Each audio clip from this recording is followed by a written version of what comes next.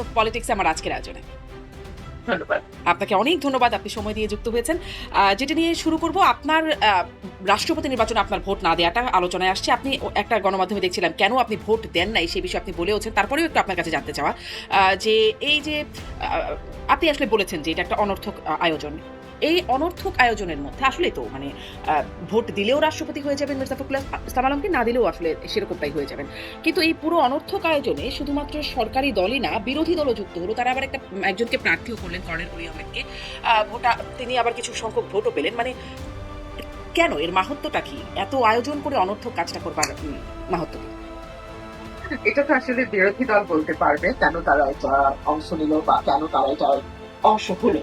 তো আমি তো এটা বলতে পারবো না।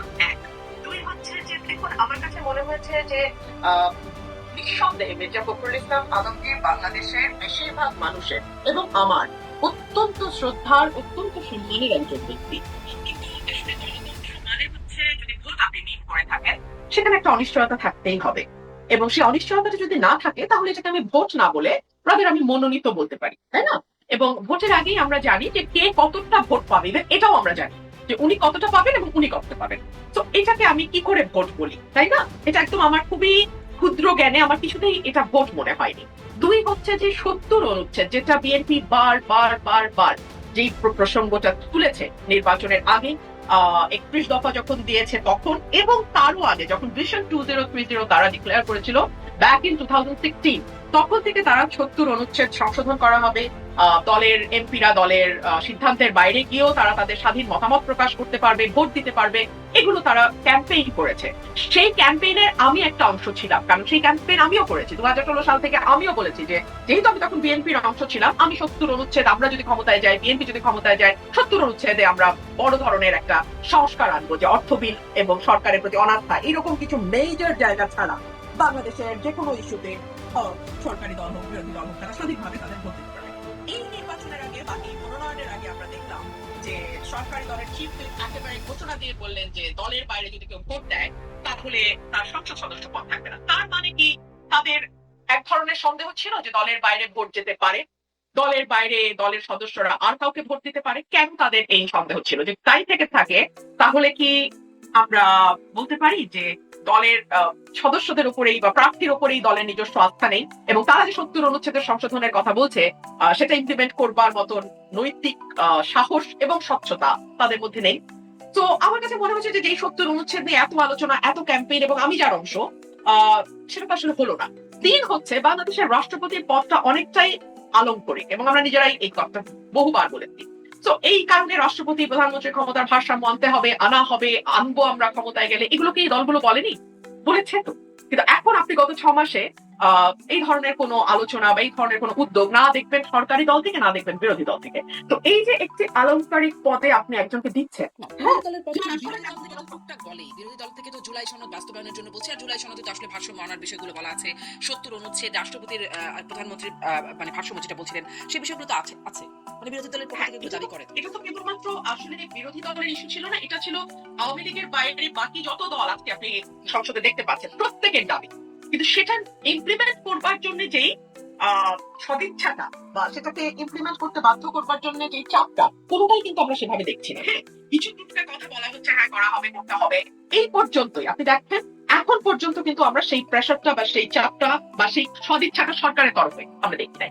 তো এটা যেহেতু একটি আলংকারিক পদ, হ্যাঁ, অর্নামেন্টাল পজিশন, বাট একটা মানে head of the state, head of the মানে স্টেট, রাষ্ট্রপতি, এটাকে আমরা একজন মানে যিনি সকল দল মতের কাছে গ্রহণযোগ্য, অরাজনৈতিক, নিরপেক্ষ একজন ব্যক্তি, হ্যাঁ, গ্রহণযোগ্য বললে অনেকে আবার আমার সঙ্গে তর্ক তুলবেন, তবে কি উনি গ্রহণযোগ্য নন?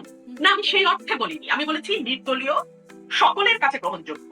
সকলের কাছে গ্রহণযোগ্য হলে তো রাষ্ট্রপতি পদে একজন দাঁড়াতেন, দুজন দাঁড়াতেন না।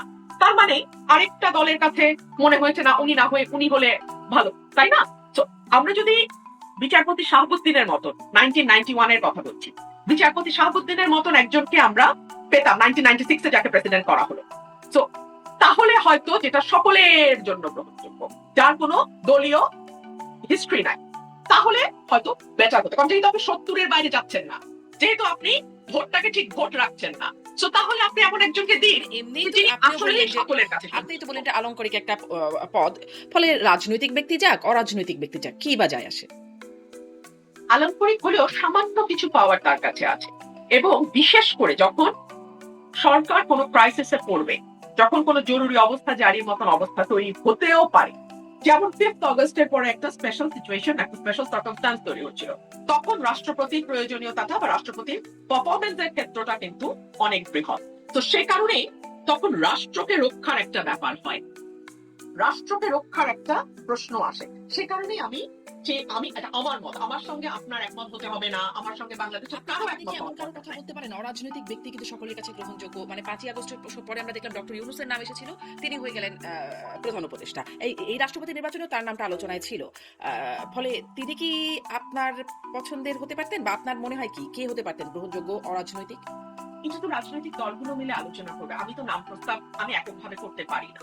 এটা রাজনৈতিক দলগুলো, সেই ইচ্ছাটাই তো নাই শারমিন। আমার প্রশ্নটা হলো সেই জায়গাটাতে, যে ওই সদিচ্ছাটুকু যে আচ্ছা আসেন খুঁজি, আসেন বের করার চেষ্টা করি, আচ্ছা পাইলাম না, ঠিক আছে হলো না, তাহলে আসেন আমরা ভোট দিই, তাহলে বুঝুন শারমিন যে আমরা প্রথমে খুঁজলাম, পেলাম না, প্রথম ধাপ। দ্বিতীয় ধাপে আসছে ভোট। ভোট যদি হয় তাহলে 70 এখানে প্লে করতে পারবে না রোল, তাহলে যার যার খুশি শেষে প্রার্থী দেবেন, সেই প্রার্থীকে যার খুশি সে ভোট দেবে। এই স্বাধীনতাটুকু এমপিদের দেওয়া উচিত ছিল, এটা আমার মত। এবং আমার মনে হয়েছে যে এই প্রহসনের আসলে অংশগ্রহণ করে নেই। I don't support Mirza Fakhrul Islam Alamgir. No, not at all. I have my full respect and honor for him. আমার তার ব্যাপারে কোনো প্রশ্ন নাই, কিন্তু এটা আসলে ব্যক্তি সংক্রান্ত বিষয় নয়।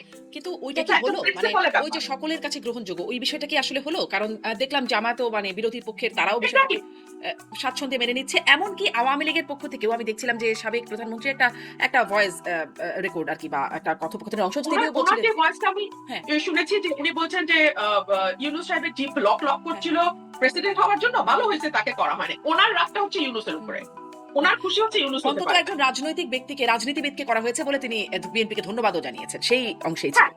না, দ্যাট ইজ ফাইন। আমি যদি সেটা হয় তাহলে আওয়ামী লীগ বলতে পারতো যে আমাদের মানে তাহলে সকল দল মিলে যদি মনে করতেন, আপনি বুঝেন আমি তাত্ত্বিক আলোচনা যেটা করছি, যে সকল দল মিলে যদি একটা নাম প্রস্তাব করতেন, সেটা অলি আহমেদ হোক, সেটা মির্জা ফখরুল ইসলাম আলমগীর হোক, কিংবা সেটা ডক্টর ইউনূস হোক, যেই হোক না কেন, এক হতে পারে, সেটা একটা প্রসেস, যে সকলে মিলে আমরা একটা নাম দিলাম, দ্যাট ইজ ফাইন। দুই হতে পারে, যদি সেটা না হয় তাহলে ভোটের ক্ষেত্রে কোনো শক্তির অনুচ্ছেদের বাধা থাকতে পারবে না। কিন্তু আমার আর্গুমেন্টটা ওই জায়গাটাতে, আমার আর্গুমেন্টটা হচ্ছে 70 অনুচ্ছেদের বাধাটা আপনারা কেন রাখছেন। এবং আপনি দেখেন মুনাফেকিটা কোথায়। এই নির্বাচন হওয়ার পরই স্বরাষ্ট্রমন্ত্রী আবার বলছেন যে আমরা 70 অনুচ্ছেদের বাধা তুলে দেব। তো তাহলে তুমি এই ভোটের আগে তুললা না কেন? মানে এই মুনাফেকি গুলো ভালো লাগে নাই আমার কাছে, এই সিম্পল, আর কিছু না। আর যে নতুন মন্ত্রিসভায় যারা নতুন মুখ যারা যোগ হলো, আপনার সেই নতুন যোগটাকে কেমন মনে হলো যারা নতুন আসলেন? আমার কাছে মনে হয়েছে যে এটা একটা ভিন্ন রকম দৃষ্টান্ত, এবং এই দৃষ্টান্তটি আমার ভালো লেগেছে। কেন ভালো লেগেছে? যে নরমালি আমরা মন্ত্রীদের পারফরম্যান্স একবার মন্ত্রী হয়ে যাওয়ার পর সেটার কোনো আর রেটিং আমরা করি না, যে আচ্ছা অমুক মন্ত্রী ভালো করছে উনি থাকবেন, বা অমুক মন্ত্রী ওনার জায়গায় হয়তো অত ভালো করছেন না, তো ওনাকে আমরা সরিয়ে অন্য কোথাও দেই। এইটা কিন্তু আমরা অতীতে কখনো দেখি নাই, but for the first time এটা অন্তত একটা মানে শুরু হলো। এখন মন্ত্রীরা আরেকটু সচেতন থাকবেন বলে আমার ধারণা, যে যদি পারফরম্যান্স গত সরকার মানে আওয়ামী লীগ সরকারের সময় বলছি, সেখানেও তো মন্ত্রিসভায় রদবদলের ঘটনা ঘটেছে। হ্যাঁ, কিন্তু এটা একেবারে 180 দিনের মধ্যে, যেটা প্রাইম মিনিস্টার একটা বলেছিলেন যে আমি 180 দিন পারফরম্যান্স দেখবো, তারপর আমি কাউকে ইনক্লুড করবো, কাউকে এক্সক্লুড করবো। So he kept his promise. ওই জায়গাটাতে আমার ভালো লেগেছে যে ঠিক আছে 180 দিন। এর মধ্যে প্রশ্ন আসতে পারে বিদ্যুৎ মন্ত্রী ইজ আ টোটাল ফেলিয়ার, ওনাকে কেন কিছু করা হলো না। এর মধ্যে প্রশ্ন আসতে পারে বিদ্যুৎ মন্ত্রী আদৌ বিদ্যুৎ মন্ত্রী ছিলেন এবং উনি সরকারকে ডুবিয়েছেন, কিন্তু ওনার অবস্থা কিন্তু কোনো পরিবর্তন হয়নি। এটা ডেফিনেটলি যিনি সরকার প্রধান আছেন উনি নিশ্চয়ই এই বিষয়গুলো বিবেচনায় নেবেন বা নিচ্ছেন। আর ইন্টারেস্টিং যেটা হয়েছে যে এখন আমাদের ডাবল মন্ত্রী হয়েছে, যেমন তথ্যমন্ত্রী দুজন। আজকেই আমি জাগো নিউজে দেখছিলাম আপনার এখানে বসার আগে, যে এখন পর্যন্ত যিনি ভূতপূর্ব তথ্য মানে যিনি আগে তথ্যমন্ত্রী ছিলেন উনি কিন্তু এখনো তথ্যমন্ত্রী আছেন। এই মুহূর্তে যে মুহূর্তে আমি আপনি কথা বলছি, আমাদের এখন তথ্যমন্ত্রী দুজন, পররাষ্ট্র প্রতিমন্ত্রী দুজন। তো এটাও কিন্তু ইতিহাসে বিরল ঘটনা, মানে একই সঙ্গে একই মন্ত্রণালয় দুজন মন্ত্রী দুজন প্রতিমন্ত্রী। তো আমি জানি না এটা আসলে সরকারের নিশ্চয়ই কোনো প্ল্যান আছে। তো তো এটা তো এখনো 24 আওয়ার্স পার দেখা হয় নাই। যাচ্ছে যে কিছু কিছু গণমাধ্যমে দেখছি যে মানে আগের মানে তথ্যমন্ত্রী যিনি জহিরুদ্দিন স্বপন তাকে প্রধানমন্ত্রীর মন্ত্রী পদমর্যাদায় প্রধানমন্ত্রীর উপদেষ্টা করা হবে এরকমটা দেখছি। আর আন্দালিব রহমান পার্থ থাকবেন হচ্ছে তথ্যমন্ত্রী, এরকম খবর আসছে। আমিও সেটা দেখেছি। হ্যাঁ। আমি দেখেছি, বাট এখন পর্যন্ত মানে আমি ঠিক এই জন্য বললাম, যখন আপনি আর আমি কথা বলছি এই মুহূর্তে আমাদের দুজন করে মন্ত্রী আছে। তো এটা কি মানে আপনি ভেতরে থেকে দেখেছেন, জোটের মধ্যে জোট নেতাদেরকেও দেখেছেন, জহিরুদ্দিন স্বপনের চাইতে কি আন্দালিব রহমান পার্থ তার যোগ্যতর তথ্যমন্ত্রী হিসেবে, বা তিনি কি একটু কম যোগ্য যিনি আগে ছিলেন বা এখনো আছেন? যিনি ছিলেন উনি মাত্র 6 মাস কাজ করেছেন, আমার পক্ষে ইভ্যালুয়েশন দেওয়াটা মুশকিল। আর পার্থ ভাই is now for the first time, এখনো উনি কাজ শুরুই করেননি। সো এই কম্পারিজন তো আসেই না। আর দুজনকেই ব্যক্তিগতভাবে আমি চিনি, দুজনেই চমৎকার মানুষ, দুজনেই অত্যন্ত আমি কি বলবো, অত্যন্ত চমৎকার ভাবে কথা বলেন মিডিয়ার সঙ্গে, দুজনেরই খুব ভালো একটা বোঝাপড়া আছে যতদূর আমি জানি। সো আমার কাছে মনে হয়েছে দেখা যাক কি হয়। আচ্ছা, মাত্র 180 দিন বলছেন। এই 180 দিনে আপনি তো খুব, আপনার সাথে মিডিয়ার সম্পর্ক খুব ভালো। আমরা যখন গণমাধ্যমে মেইনস্ট্রিম মিডিয়াগুলোতে কাজ করতাম তখনও দেখেছি, বা অন্যান্য যারা আছে তাদের সাথে আপনার সম্পর্ক খুব ভালো। আপনি আপনি আসলে পার্থক্য কতটুকু দেখলেন এই 180 দিনে গণমাধ্যমে কি পরিবর্তন হলো? আপনি গণমাধ্যমের ভূমিকার কথা বলছেন? সার্বিকভাবেই বলছি, গণমাধ্যমের ভূমিকার কথা, গণমাধ্যমের ভেতরের চিত্রের কথা। কারণ আপনি যখন ভেতরে যান, ভেতরের অনেক কিছুই আপনার চোখে পড়ে, বা অনেকেই আপনার সাথে খুব ক্লোজলি মেশেন। ফলে এই প্রশ্নটা করছি যে গণমাধ্যমের ভেতরে গণমাধ্যমের ভূমিকা কি পরিবর্তন? দেখুন, গণমাধ্যমের মধ্যে এক ধরনের ভীতি কাজ করছে। মানে আগের আমলে চাপে হোক, সেলফ সেন্সরশিপের জন্য হোক, বা মালিক পক্ষের চাহিদা অনুযায়ী হোক, তাদেরকে একভাবে কাজ করতে হয়েছে। হ্যাঁ, যেটা হয়তো অনেক সময় প্রফেশনাল এথিক্স এর সাথেও এক ধরনের ক্লাশ তৈরি হয়েছে, মানে হতে বাধ্য হয়েছে। মালিক পক্ষের চাপ আছে, এজেন্সির চাপ আছে, সব মিলিয়ে গণমাধ্যম ওয়াজ আন্ডার প্রেসার। তো আন্ডার প্রেসারে তাদের কিছু কিছু কাজ হয়তো অনেক সময় করতে হয়েছে যেটা প্রফেশনাল এথিক্স এর সাথে খুব ভালোভাবে যায় না, কিছুটা বিচ্যুতি হয়। আর আমাদের মতন দেশে এটা খুব একটা আশ্চর্যের ব্যাপারও না, ঠিক আছে? সেখানে এখন আবার তাদের মধ্যে সেই ভীতিটা কাজ করছে যে এখন আমাদের আরো সুপার সার্ভিস দিতে হবে। হ্যাঁ, ওই সরকারকে আমরা যেভাবে সার্ভিস দিয়েছি, এখন তো আবার একেবারে 180 ডিগ্রি ডিফারেন্ট একটা গভর্নমেন্ট। তো এখন এদেরকে আবার যতটুকু না দরকার প্রফেশনালি, তার চেয়ে বেশি সার্ভিস তাদেরকে হয়তো অনেক সময় দিতে হতে পারে। একটা ভীতি গণমাধ্যমের উপর প্রথম দিকে খুবই কাজ করেছে, এটা হয়তো এখন অনেকটাই কমে আসছে। আরেকটা হচ্ছে যে সর্বোচ্চ তো এক ধরনের ইমব্যালেন্স তৈরি হয়েছে। হ্যাঁ, সর্বোচ্চ এক ধরনের ইমব্যালেন্স তৈরি হয়েছে। সেটা কিরকম? সেটা হচ্ছে যে এটা আওয়ামী লীগের আমল থেকে আমরা দেখে এসেছি যে আমরা সরকার প্রধানকে বাদ দিয়ে আর সকলের সমালোচনা করবো। হ্যাঁ, সেই ধারাবাহিকতাটা আমি এখনো আমি গণমাধ্যমের মধ্যে লক্ষ্য করি যে there is one savior and he is the angel or she is the angel and rest are the devils, and those devils are so মানে কি বলবো, so notorious যে তারাই প্রধানমন্ত্রীকে অলওয়েজ ভুল বুঝায়, অলওয়েজ ভুল পথে নেয়। হ্যাঁ, প্রধানমন্ত্রী কিন্তু ফেরেশতা। এইটা আমি আওয়ামী লীগের সময় দেখেছি, and I'm now seeing the continuation of that old story.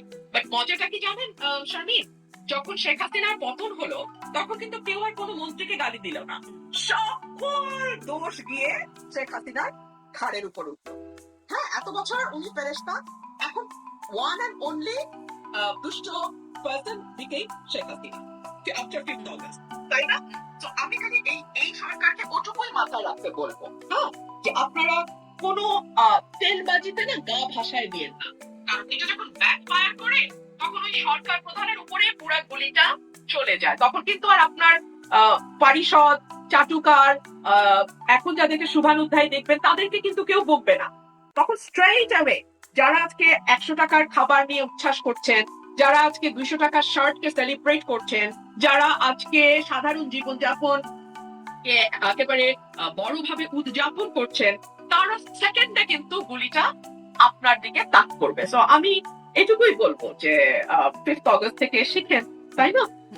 আপনি মানে ফেরেশতা আর ডেভিলের মধ্যে এক রাতের ডিফারেন্স, এক রাতের মধ্যে। যেটা আমি ইয়েসকে দেখেছিলাম, শেখ রেহানা তাদের যে অটোবায়োগ্রাফি, দুই মানে শেখ হাসিনা এবং শেখ রেহানা যে করেছিলেন একটা সিনেমা, আপনি নামটা যদি বলেন, আমি ভুলে গেছি নামটা, মনে পড়ছে না। এরকম একটা মুভি, ডটার স্টেল, অ্যাবসলিউটলি। ডটার স্টেলে বলেছিলেন যে 15ই অগস্টে আগের রাত মানে 14ই অগস্টে ওনারা যখন দেশের বাইরে ক্যান্ডেল লাইট ডিনার করছেন এবং 15ই অগস্ট যখন বঙ্গবন্ধু সপরিবারে নিহত হন, পরের দিন যে ওই বাড়িতেই তাদেরকে কি ব্যবহারের মুখোমুখি হতে হয়েছে এটা উনি নিজের মুখে বলেছেন।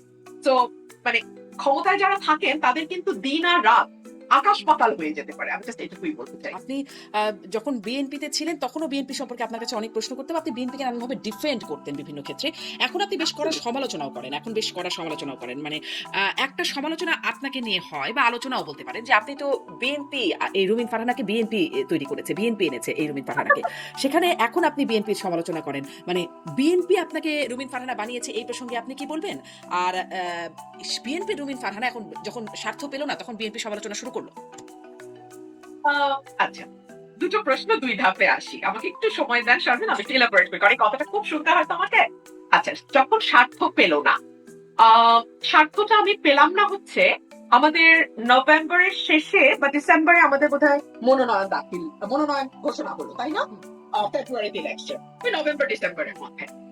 কিন্তু আমি কিন্তু বিএনপির চাঁদাবাজির সমালোচনা শুরু করলাম 2025-এর শুরু থেকে, আর 2025-এর শেষে গিয়ে নমিনেশন দেয়া হলো বা না দেয়া হলো। তো তাহলে আমি সমালোচনা বা বিএনপির ভুলগুলো কেন আগে থেকে বলা শুরু করলাম? আমি কি জানতাম না যেটার একটা ছাপ আমার নমিনেশনে আসবে? আমি কি জানতাম না যে এই কারণে দলের সঙ্গে আমার দূরত্ব তৈরি হবে? তো কি চাঁদাবাজি সমালোচনা কি আপনার জন্য কাল হয়েছিল? বড় একটা ভূমিকা তো রেখেছে বটে, যে ও শি ইজ নট দ্যাট অনুগত, যে অনুগত হলে আসলে তাকে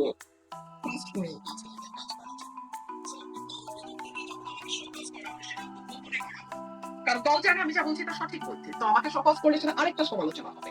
সেই শোকজটা খুব গোপনে করা হলো, সেটার জবাবও আমি দিলাম। 72 ঘন্টার মধ্যে আমি চাঁদাবাজির বিরাট তালিকা দিলাম। বিএনপি শুধু চাঁদাবাজি না, অন্তর্কোন্দল এবং নানান রকম সংঘর্ষে জড়িয়ে পড়ছিল বিএনপি নিজেদের ভিতরে এবং জামাতের সঙ্গে, অন্য দলগুলোর সঙ্গে। সেগুলো নিয়েও আমি খুব স্ট্রংলি মিডিয়াতে কথা বলেছি, এবং সেটা আপনি এত ওয়েল ডকুমেন্টেড না আজকাল সব কথা, যে just you it's within your fingertip, just go and Google it, ইউটিউবে যান, ইউ উইল ফাইন্ড ইট। তো এটা আমি আপনাকে ওভাবে আমার ব্যাখ্যারও দরকার নেই, আপনারা সবাই জানেন যেটা আমি করেছি। তো পাইনি বলে করেছি ব্যাপারটা তা না। এখন আসেন যে আপনাদের সঙ্গে যখন আমি টক শোতে বসেছি আওয়ামী লীগের আমলে, তখন আমি বিএনপিকে খেয়ে না খেয়ে ডিফেন্ড করেছি। কেন করেছি? বিকজ এত দুর্দশা বিএনপির জীবনে কোনোদিন আসে নাই, এবং বাংলাদেশে কোনো পলিটিক্যাল পার্টিও এত খারাপ অবস্থায় আমার সেন্স হওয়ার পর পড়ে নাই। কারণ আমি জন্মেছি 81 সালে, তো আওয়ামী লীগ যদি তাদের দুর্দশার কথা দাবি করে, সেটা 75 থেকে 81, ঠিক আছে? তো ওটা আমার জন্মের আগেকার কথা। আমার জন্মের পরে আমি কোনো পলিটিক্যাল পার্টিকে এত ভয়াবহ দুর্দশায় পড়তে দেখি নাই, যেটা আমি 13 সাল থেকে 24 পর্যন্ত বিএনপি কে দেখেছি।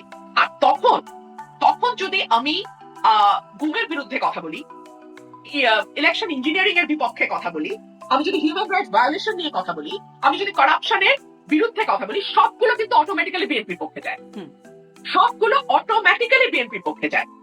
তো যেহেতু বিএনপি তখন পাওয়ারে ছিল না, বিএনপি তো স্টিয়ারিং এ ছিল না, তো বাংলাদেশের ধরেন ইলেকশন ইঞ্জিনিয়ারিং এর কথা আপনি বললে সেটি বিএনপি মানে সেটি আওয়ামী লীগের বিপক্ষে যায় তা নিশ্চিতভাবে, বা আপনি গুম খুন এসবের বিরুদ্ধে, মানবাধিকার বিরুদ্ধে কথা মানে বিষয়ে কথা বললে সেটি আওয়ামী লীগের বিরুদ্ধে যায়, কিন্তু বিএনপির পক্ষে কি করে যায়? কারণ বিএনপিও তো আসলে তত্ত্বাবধায়ক সরকার ব্যবস্থাকে কলুষিত করার পেছনে যেটিকে অজুহাত করে ধরে আওয়ামী লীগ আসলে পুরো ব্যবস্থাটাকে বাতিল করে দিল, সেই একই মানে কাজটা বিএনপি, সেই ইতিহাসটাও অনেক আপনিও জানেন, আমিও জানি, বা সবাই আসলে কম বেশি জানি, ফলে না বলি, মানে হত্যা, বিচার বহির্ভূত হত্যাকাণ্ড, সেটিও বিএনপি।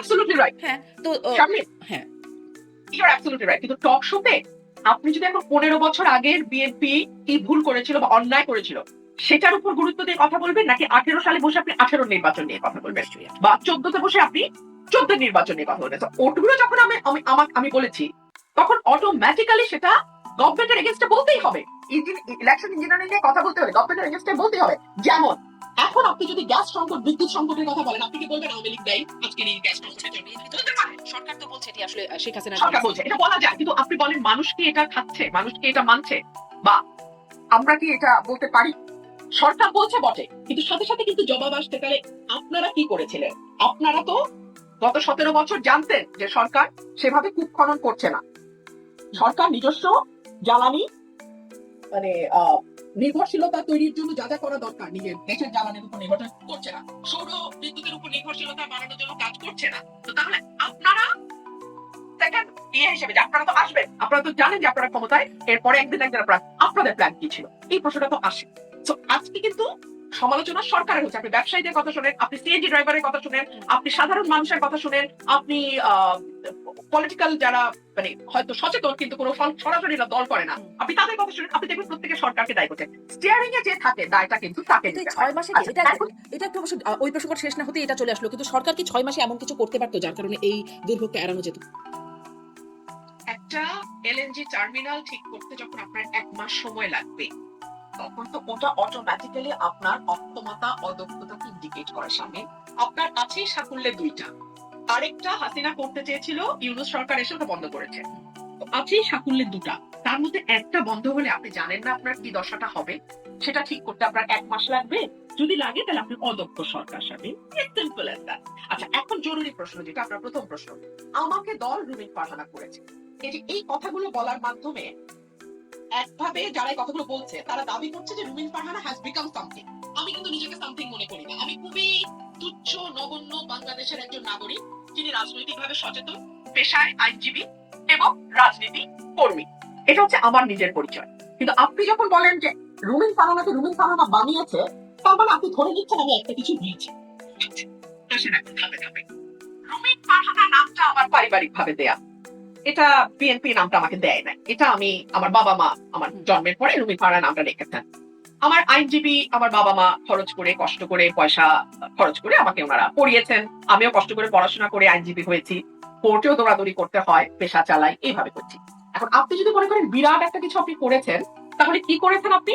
আপনি আমাকে 10 বছর, আমি বিএনপির কথা বলছি, আমাকে সহ আন্তর্জাতিক সম্পাদক করেছেন। বিএনপিতে এরকম সহ আন্তর্জাতিক সম্পাদক আরো 1-150 আছে, সকল সব আন্তর্জাতিক সহ আন্তর্জাতিক সরি সহ আন্তর্জাতিক ছিল আরো 5টা, আন্তর্জাতিক ছিল আরো 5টা, মোট 10টা ছিল আন্তর্জাতিক। আর সহ অন্যান্য সব সহ শিক্ষা, সহ প্রশিক্ষণ, সহ স্বাস্থ্য, সহ কর্মসংস্থান ইত্যাদি ইত্যাদি ধরলে আরো 3 ছিল। তো তারা কেউ কেন আসলে স্ব নামে উদ্ভাসিত হইল না? এক মহিলা এমপি আমাকে বিএনপি বানিয়েছিল। তো বিএনপির 81 সালে জন্ম হয়েছে 77 থেকে আজকে 2026, কত বছর হলো? 40 নাকি না 50? কত হলো? 45। আচ্ছা, এই 45 46 45 47 বছর বয়সে টোটাল মহিলা এমপি বিএনপি কয়টা বানিয়েছে? প্রায় 1000 খানেক। তো 1000 খানেকের মধ্যে কয়টা নাম আসলে আপনি বলতে পারবেন? না, আমি আমি আমি কিন্তু না না শারমিন, আমাকে একটু শেষ করতে দেন, কারণ এটা তারা এত বলে শারমিন, আমাকে একটু বলতে দেন। আমি নিজেকে বাংলাদেশের নাগরিক, বটতলার উকিল এবং একজন রাজনৈতিক কর্মীর বাড়ি কিচ্ছু মনে করি না। কিন্তু আপনি যখন বলেন বিএনপি আমাকে রুমিন ফারহানা বানাইছে, তার মানে আপনি মিন করেন যে আমি রুমিন ফারহানা বিরাট একটা কিছু হয়ে গেছি। তো বিরাট একটা কিছু যদি হয়ে থাকি, তাহলে বিএনপি আসলে আমাকে কি বানাইছে? মহিলা এমপি বানাইছে। তো মহিলা এমপি তো এখন পর্যন্ত প্রায় কয়েক হাজার হয়েছে। আপনি 10 জনের নাম বলেন। না না থাক, 5 জনের বলেন না প্লিজ, 5 জনের বলেন। আপনি তো সচেতন সাংবাদিক, আপনি বলেন না। না মানে কিন্তু ওই প্ল্যাটফর্মটা যদি আপনাকে না দিত, তাহলে কি আপনি এই রুমিন ফারহানা হতে পারতেন? মানে বিএনপির ওই প্ল্যাটফর্ম ব্যবহার করে অনেকেই পারেন না, কিন্তু আপনি পেরে গেছেন। 2013 সাল থেকে আমি মিডিয়াতে কথা বলছি এবং আমার একটা স্টাইল আছে, যে স্টাইলটার কারণে আসলে আর 10 জন টকারের সঙ্গে আমার একটা ডিফারেন্স তৈরি। স্টাইলটা হচ্ছে আমার মেধা কম, আমার মনে রাখার শক্তি কম, আমার স্মরণ শক্তি কম। সে কারণে না আমি তথ্য সব হাতের কাছে নিয়ে যেতাম, পত্রিকার কাটিং রাখতাম, আমি লিখতাম, গুগল সার্চ করে লিখতাম, আমি বইগুলোতে যা তথ্য পাই সেগুলো টুকে রাখতাম, কারণ আমার তো বুদ্ধি কম এবং মেধাও কম। তো আমাকে এগুলো সব ডকুমেন্টেড করতে হতো। সে কারণে আমি মেধাবী টকারদের সঙ্গে আমার ডিফারেন্স হয়ে গেল কি, আমি তথ্য দেখে দেখে, সংখ্যা দেখে দেখে, আমি পরিসংখ্যান দিয়ে, যুক্তি দিয়ে কথা বলি। যুক্তিটা শিখেছি কারণ আমি আইনজীবী। তো এই কারণে একটা ডিফারেন্স তৈরি হচ্ছে। ডিফারেন্স তৈরি হওয়ার ফলে 2018 সালে যখন বিএনপি আরো 6 জন এমপি তো গেছে, আচ্ছা আমি তো একটা মহিলা এমপি, বাদ দেন না, আরো 6 জন পুরুষ বিপুল বিক্রমে বিএনপির টিকিটে গেছে পার্লামেন্টে, তারা কেন স্বমহিমায় উদ্ভাসিত হতে পারলো না? কিংবা ধরুন জিয়াউর রহমানের আমলে আপনি আমাকে বলেন তো, এমপি তো খুব তুচ্ছ ব্যাপার, প্রতি সংসদে 300টা করে থাকে, আর অলংকার বলে 350টা থাকে। আমি তো একটা অলংকার ছিলাম, অলংকারিক এমপি ছিলাম, তাই না? আপনি আমাকে জিয়াউর রহমানের আমলে শিক্ষা প্রতিমন্ত্রীর নামটা বলেন তো। আমি বলতে আপনি বলতে পারবেন কিনা? কিংবা ধরেন 91 সালে খালেদা জিয়ার আমলে বাণিজ্য মন্ত্রী বা বাণিজ্য প্রতিমন্ত্রীর নামটা বলেন তো। ওনারা তো বঞ্চিত পাইছেন বিএনপির কাছে, বলতে পারবেন না? মনে ভাই রে, পারবেন না ভাই। পদ দিলেই যদি তৈরি করা যায় তো ভাই, তাহলে এতদিনে কয়েক কোটি তৈরি হইত। পদ তৈরি করে না যে যে যাকে যাকে নিজেই তৈরি করে। আমি কিন্তু বটতলার উকিল। আপনারাই বলতেছেন রুমিন ফারহানাকে বানাইছে, তো বানানো মানে নিশ্চয় রুমিন ফারহানা বিরাট একটা কিছু হচ্ছে আপনাদের মত অনুযায়ী। তো সেই কারণেই বললাম, জিয়াউর রহমানের সময় স্বাস্থ্যমন্ত্রীটা কে ছিল, শিক্ষামন্ত্রীটা কে ছিল, সংস্কৃতি মন্ত্রী কে ছিল, খেলার মন্ত্রী কে ছিল, মন্ত্রীদের নামটা বলেন না। এমপি তো ভাই 300 টাকা করে থাকে, আর আমার মতো 2 টাকার অলংকার ধরলে তো 350 টাকা করে থাকে। ওখানে বাদই দেন। তো কথা বলার আগে একটু ভাইবে যে আপনাদের পর্দাদার আমলের এমপি কে ছিল, মন্ত্রী কে ছিল, ধরেন আপনাদের 91 সালের সংস্কৃতি মন্ত্রীকে, শিক্ষামন্ত্রীকে, তারপরে কি স্বাস্থ্যমন্ত্রীকে, এগুলো একটু মনে করে। স্বরাষ্ট্র কে ছিল 91, একটু মনে করে। মন্ত্রী যদি কাউকে অত কিছু বানাইতে না পারে, তাহলে একটা আলুকারী এমপি কিভাবে দল বড় বানায় আপনি একটু বলেন শারমিন। আমার তো একই বোকা বুদ্ধি, তার উপরে স্মরণ শক্তি কম, আমি তো এগুলো বুঝি না। জি, স্পষ্ট আপনার ব্যাখ্যা। আপনি যেহেতু মানে সরকারের অনেক কিছু কিছু ক্ষেত্রে প্রশংসা করেন এবং বলছিলাম করার সমালোচনা করেন, আপনি আসলে এই 180 দিনের মূল্যায়নটাও বিভিন্ন জায়গায় করেছেন। আমাকেও একটু বলেন যে কিভাবে আপনি সরকারের 180 দিন গেল মূল্যায়ন করছেন। আই হ্যাভ আ প্ল্যান, সেই প্ল্যানের বাস্তবায়ন আসলে মাননীয় প্রধানমন্ত্রীর প্ল্যানের যে বাস্তবায়ন সেটি আসলে কতটুকু দেখছেন। এই 180 দিনের 3টা অগ্রাধিকার ছিল, 3টা অগ্রাধিকার, যেটি মন্ত্রিসভার প্রথম বৈঠক নির্বাচনের পরে ফেব্রুয়ারিতে যেটি হয়েছিল, আইন শৃঙ্খলা, দ্রব্যমূল্য এবং জ্বালানি সরবরাহ স্বাভাবিক রাখা, সেটি সহ বাকি যা যা দেখছেন। আপনি 3টা অগ্রাধিকার যে 3টা বললেন, এটা নিয়ে কি সত্যি আমার মন্তব্যের প্রয়োজন আছে? আপনার সত্যি মনে হয় যে আমি এটা নিয়ে মন্তব্যের কোনো প্রয়োজন আছে? 1। 2 হচ্ছে, আমার কাছে মনে হয়েছে এটা প্রধানমন্ত্রীর ইমেজ পুনরুদ্ধারের কর্মসূচি হয়েছে 6 মাসে। কারণ প্রধানমন্ত্রী নিজেও জানেন যে বাংলাদেশে একটা সিরিয়াস ইমেজ ক্রাইসিস এই প্রধানমন্ত্রীর ছিল। সুতরাং 100 টাকার লাঞ্চ, এটাকে বারবার হাইলাইট করা হয়েছে। একটা সবজি এবং ডাল দিয়ে দুপুরের খানা। আমার তো মনে হয় প্রধানমন্ত্রীর ব্রেইন ফাংশন অনেক গুরুত্বপূর্ণ। তো আমার মনে হয় ওনার পুষ্টিকর খাবার খাওয়া দরকার, এবং প্রতিদিন 3 বেলা 3000 টাকার লাঞ্চ, ডিনার, ব্রেকফাস্ট হলে বরং জাতি উপকৃত হবে, কারণ তাহলে তার ব্রেইনটা আরো দ্রুত কাজ করবে। ওনার ব্রেইন যদি আমার মতো কাজ করে তাহলে বিপদ না। আমি 50 টাকার লাঞ্চ খেতে পারি, কারণ আমার ব্রেইনের তো কোনো দাম নেই, কিন্তু উনি তো প্রধানমন্ত্রী, ওনার লাগে 5000 টাকা খাক, তবু ব্রেইনটা বেটার কাজ করবে। আর তারপরে যেমন ধরুন সস্তা শার্ট, সাদা শার্ট, এটা একটা ইমেজ, মানে এগুলো মানুষ কিভাবে নিচ্ছে না নিচ্ছে ওটা তো আসলে আশপাশে যারা থাকে তাদেরও একটা মেধার লেভেলের ব্যাপার আছে। হ্যাঁ, ওনারা ওনাদের বুদ্ধিমতন ইমেজ পুনরুদ্ধারের কাজ করছেন, কিন্তু এটা তো ওনাদের বুদ্ধিমতন। তো এটা আসলে সত্যিকার অর্থেই যারা মানে ডিসিশন, মানে আমি কি বলবো, যারা YONO the decision maker, the society that makes the decision, the society that creates the narrative, and the society that actually decides what's going to happen and what's not, তাদের কাছে এটা কতটুকু গ্রহণযোগ্য আমি ঠিক জানি মানে না। কিন্তু এই পলিসিটা, এই 3টা ক্ষেত্রে আপনি বললেন, এই 3টা ক্ষেত্রে নিয়ে আসলে কোনো কথা বলার কিছু নাই। এটা 6 মাস গেছে প্রধানমন্ত্রীর ইমেজ উদ্ধার প্রকল্প হিসেবে। তো প্রধানমন্ত্রীর ইমেজ আসলে এই বিষয়গুলো বেশ আলোচনা হয়েছে, গণমাধ্যমেও আলোচনা হয়েছে, আপনি যে বিষয়গুলোর কথা বলছিলেন। কিন্তু মানে এই পরিবর্তনটা বা এই ইমেজটা পোট্রে করবার প্রয়োজনীয়তা কেন হলো? কারণ বেগম খালেদা জিয়া, মাননীয় প্রধানমন্ত্রীর মা, তিনিও সফল প্রধানমন্ত্রী। তিনি তাকে যেভাবে দেখা যেত, তিনি তাকেও খুব সফিস্টিকেটেড এবং তাকে খুব পশ হিসেবেই তাকে মানে দেখা যেত, নারী হিসেবে একজন একটু ভিন্ন ধর্মী, তার পোশাক আশাক চলাফেরার মধ্যে একটা ভিন্নতাও ছিল বটে। তো তার সফিস্টিকেটেড আচরণ বেশভূষা, সেটা কি তার জন্য কোনো রকম অনুকরণীয় না হয়ে তার বিপরীতটা যেটা, সেরকম কি কিছু ছিল? কেন আসলে বর্তমান প্রধানমন্ত্রী বা তার পুত্রকে সেখান থেকে সরে খুব সিম্পলিসিটি দেখাতে হচ্ছে, যে সাদা শার্ট পরছে? এটা আসলে উনি এবং ওনার আশপাশের মানুষ বলতে পারবে, এটা তো আমার পক্ষে বলাটা ডিফিকাল্ট, এটা তো আমি ঠিক বলতে পারবো না।